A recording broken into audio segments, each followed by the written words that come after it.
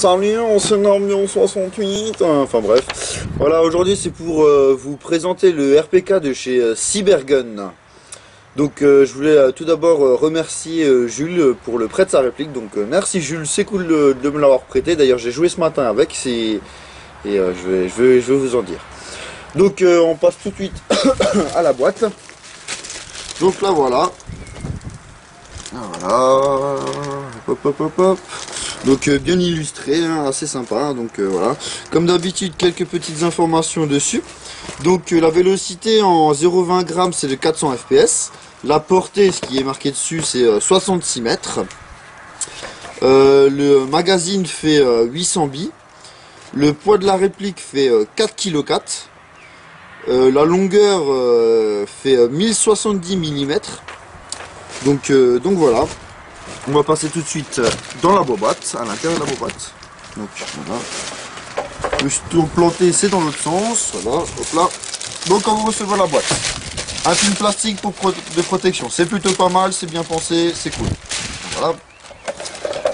Ça c'est en dessous normalement. Comment ça s'appelle? Ouais, enfin le plastique expansé là. Il y en a deux comme ça, l'un ici, un ici. Donc pour pas que la réplique bouge, donc c'est plutôt bien pensé aussi. L'intérieur est quand même bien fini, je me comprends, ça va, c'est propre, c'est joli. Donc vous aviez bien évidemment la réplique, vous aviez le chargeur, la batterie et le chargeur de batterie.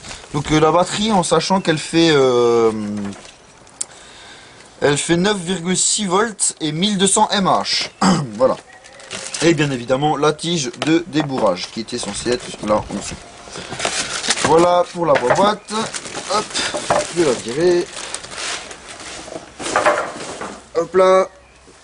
Donc, comme j'ai dit, on passe au chargeur. Donc le chargeur, un orange atroce. Franchement, vous trouvez ça beau? Ils ont fait une genre d'imitation bois, mais c'est pas bois, c'est orange. Je sais pas ce qui leur est passé par la tête, enfin bref. En tout cas, pur plastique, bien évidemment la fameuse molette, la trappe qui s'ouvre comme d'habitude, la molette, ça monte. Mais franchement, les gars, faites un effort pour la couleur. Bref, c'est pas grave. Ensuite, on va passer tout de suite à la bête. Donc, avec le bipied replié et le chargeur, ça donne ça. Voilà, je vais écarter un peu plus, voilà. Donc elle est vraiment très jolie. Moi j'aime beaucoup. On va passer tout de suite au bipied. Donc le bipied c'est assez simple, il y a simplement une petite accroche ici, je sais pas si vous allez pouvoir bien voir. Ici, on enlève, ça s'ouvre, on a simplement à le baisser. Donc voilà, il y a le bipied. Problème du chargeur d'origine. Quand on met par terre la réplique et qu'on la pose avec le bipied, c'est pas la crosse qui touche par terre, mais bien le chargeur. Donc moi personnellement je la pose pas directement par terre avec le chargeur à l'intérieur car ça appuie dessus. Ça peut soit péter soit le chargeur, soit le puits de chargeur. Donc il faut faire vraiment très attention à ça. Je trouve que c'est vraiment mal foutu. Mais voilà, donc on va éviter de le poser avec le chargeur ou carrément on l'enlève et seulement on la pose quoi. Donc voilà. Pour le bipied, simple pour le replier, on le plie un petit peu, on le ramène, on le plie à fond, si c'est bien, voilà. Et on remet simplement la petite languette qui est au bout, la petite languette qui est ici. Voilà, tout simple. Donc au niveau du sélecteur de tir, donc le sélecteur de tir est de l'autre côté, non, de ce côté, pardon. Donc le sélecteur de tir, c'est un sélecteur de tir AK-47, donc c'est quasiment tous les mêmes. Donc sécurité, full auto, coup par coup. Donc c'est très simple, hein, voilà, clac clac clac.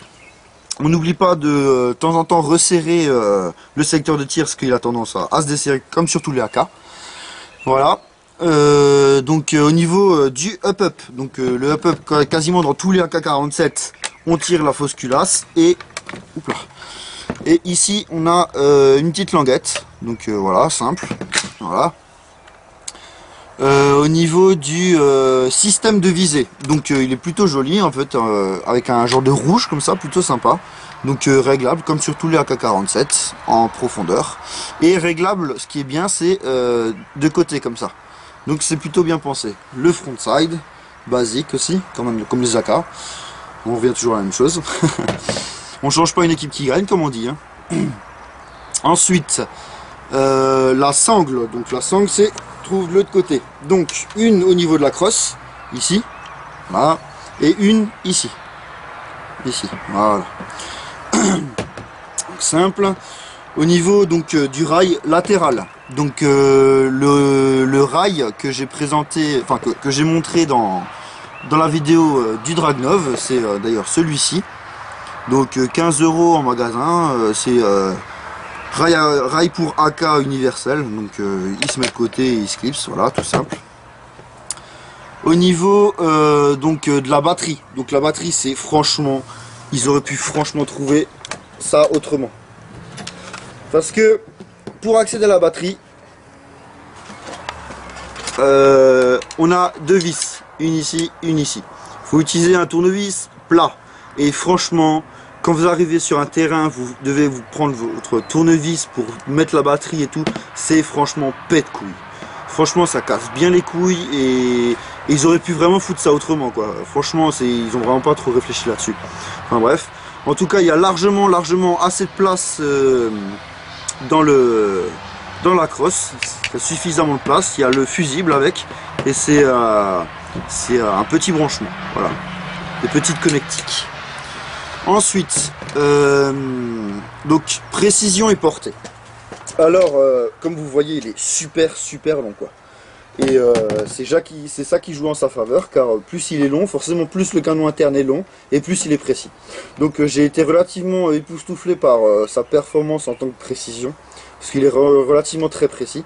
Bon, là il est tout neuf, on vient de le sortir. D'ailleurs, ce que j'ai pas précisé, excusez-moi, corps en métal, et poignée avant et crosse en bois, en vrai bois. C'est pas du plastique, c'est du vrai bois. Hein. Sauf bien évidemment pour le chargeur orange.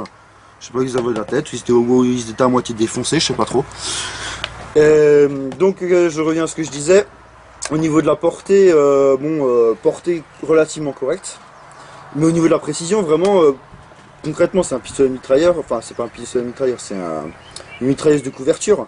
Donc c'est pas censé être super précis. Mais là franchement j'ai été relativement bien étonné par sa précision. Donc elle est bien précise. Et c'est plutôt sympa. Bon bah tout de suite pour le test de tir.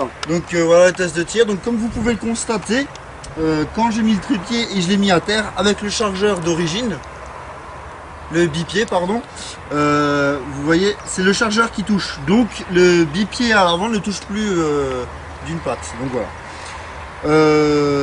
Problème aussi avec les chargeurs d'origine, les billes accrochent un petit peu dedans. Donc pensez à lubrifier avant de mettre vos billes émoltés.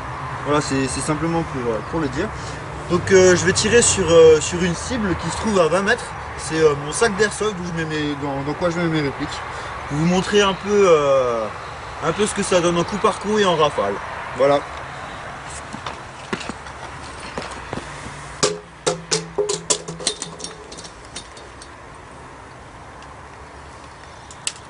Donc bien évidemment, on n'oublie pas les lunettes. Je suis en coup par coup, j'y vais.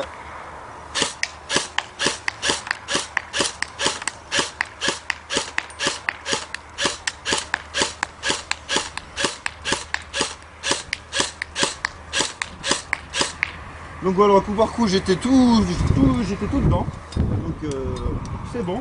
Maintenant en full auto, vous allez voir la cadence de tir.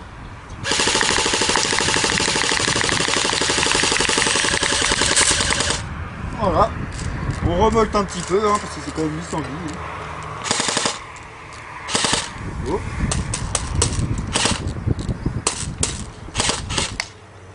Ouais, donc j'ai plus beaucoup de billes dans mon chargeur, hein. C'est pas le problème. Donc voilà, j'enlève le chargeur pour le mettre sur le bipied. Voilà. Donc voilà la review du RPK. Merci d'avoir regardé ma vidéo.